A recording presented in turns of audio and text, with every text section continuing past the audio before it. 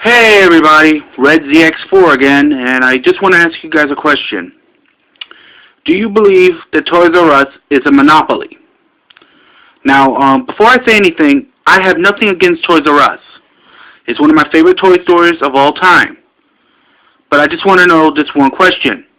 Do you believe it's a monopoly? Because in the early 80s, sorry about that, but in the early 80s, and even though, actually, in the early 70s and 80s, and even in the 90s, there were four toy stores. I'm not going to mention the local toy stores, but there were only four. Those toy stores were KB Toys, Child World, and Toys R Us. Well, actually four. The fourth one being F.O.A. Schwarz. I believe I might have said it wrong, but I just want to go on with this. Now, everything was going great until the first toy store went down. That toy store being Child Palace.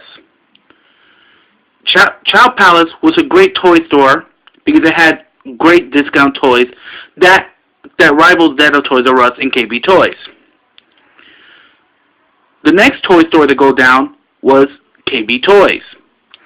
That too had great toys and great prices that rivals that of Toys R Us and F.A.O. Schwarz.